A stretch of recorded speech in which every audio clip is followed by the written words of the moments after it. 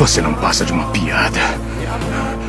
Não foi à toa que os Vingadores não te quiseram, nem os X-Men. Eles aceitam qualquer um. Porque você é ridículo, imaturo e um completo imbecil. Nunca conheci alguém tão triste e mais carente de atenção e falastrão em toda a minha vida. E isso é um caralho, porque eu já tô vivo há mais de 200 merdas de anos. E escuta aqui.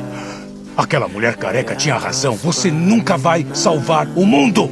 Você não conseguiu nem salvar o seu relacionamento com a caralha de uma stripper. E seu filho da puta, eu queria dizer que você vai morrer sozinho. Mas uma das maiores piadas de Deus é que você não morre nunca. Só que isso não tem graça. Você não tem nada a dizer, tagarela?